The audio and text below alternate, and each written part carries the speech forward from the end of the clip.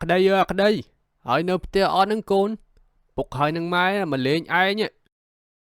ហើយអាកូននេះវាទៅណាវាអ្វីណៃមីកទូចឆាប់មកបើកទ្វារឲ្យពុកម៉ែកូនខ្ញុំមិនអាចធ្វើបែបនេះដាក់ឪពុកម្ដាយរបស់ខ្ញុំបាននោះទេ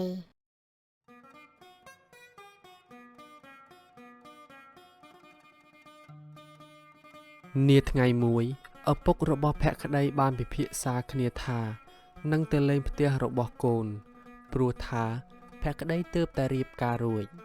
ឪពុកភក្តីឈ្មោះឈុំរីឯម្ដាយឈ្មោះមុំពួកគាត់បាននិយាយគ្នាថាណៃម៉ែវាខ្ញុំគិតថាចង់ទៅលេងផ្ទះកូនរបស់យើងហើយឯងគិតយ៉ាងម៉េចខ្ញុំក៏ចង់ទៅលេងផ្ទះកូនរបស់យើងដែរតាំងពីរៀបការហើយយើងមិនដែលបានទៅលេងផ្ទះកូនយើងម្ដងទេនិយាយរួចឪពុកម្ដាយភក្តីក៏នាំគ្នាទៅផ្ទះរបស់កូន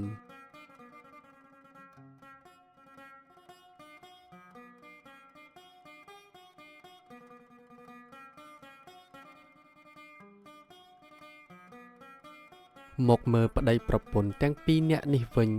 កំពុងតែពិភាក្សាគ្នាថាបើឯងស្រឡាញ់ខ្ញុំ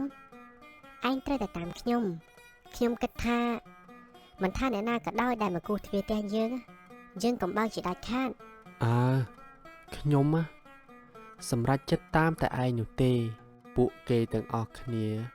បានសម្រេចចិត្តដូចដែលនិយាយគ្នា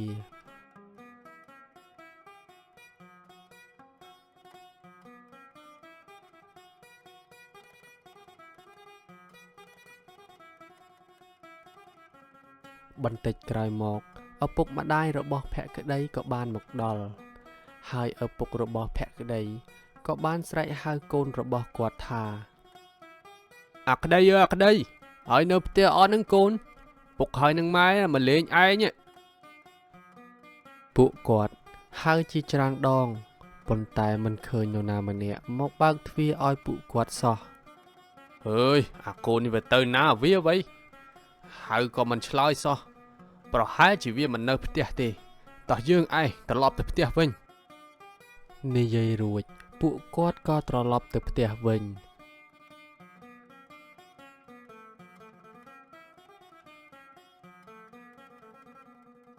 ក្រោយមកឪពុកម្ដាយខាងប្រពន្ធក៏បានមកលេងផ្ទះរបស់ពួកគេម្ដងដើម្បីសួរសុខទុក្ខកូនក្រោយពីរៀបការរួច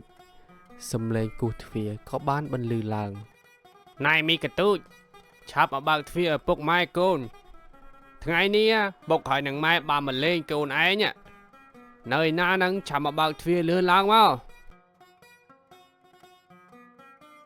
ប្រពន្ធរបស់ភក្តីឮដូច្នោះហាក់មានចិត្តអន្ទះអន្ទែងណាស់ព្រមទាំងស្រក់ទឹកភ្នែកព្រោះនឹកគិតស្រណោះឪពុកម្ដាយរបស់ខ្លួនពេកហើយក៏បាននិយាយទៅកាន់ប្តីរបស់ខ្លួនថាខ្ញុំមិនអាចធ្វើបែបនេះដាក់ឪពុកម្ដាយរបស់ខ្ញុំបាននោះទេនិយាយរួចនាងក៏ស្ទុះទៅបើកទ្វារឲ្យឪពុកម្ដាយរបស់នាងដើម្បីចូលមកខាងក្នុង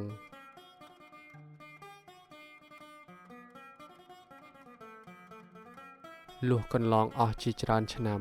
ពួកគេទាំងពីរនាក់មានកូនពីរនាក់សុទ្ធតែជាប្រុសរីឯកូនទី3គឺជាកូនស្រីភក្តីសប្បាយចិត្តខ្លាំងណាស់ក៏បាននិយាយថាខ្ញុំនឹងធ្វើពិធីជប់លៀង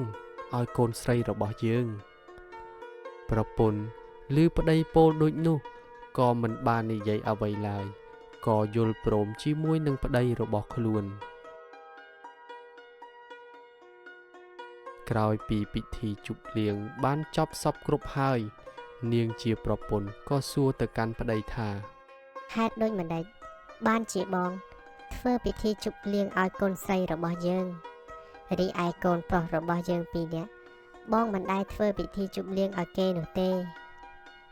ភក្តីដែលជាស្វាមីក៏បានតបទៅកាន់ប្រពន្ធថានាងជាកូនស្រីតែម្នាក់គត់ដែលនឹងបើកទ្វារឲ្យពួកយើងនៅពេលដែលពួកយើងចាស់ទៅបានឮដូច្នេះហើយប្រពន្ធភក្តីមិនមាត់អ្វីទាំងអស់គំនិតពិចារណាក្នុងនាមជាកូន មិនត្រូវមានចិត្តគំនិតមិនល្អលើឪពុកម្ដាយនោះទេ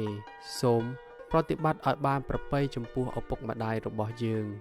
ដោយដែលយើងចង់ឲ្យកូនរបស់យើងប្រតិបត្តិល្អប្រពៃចំពោះយើងផងដែរ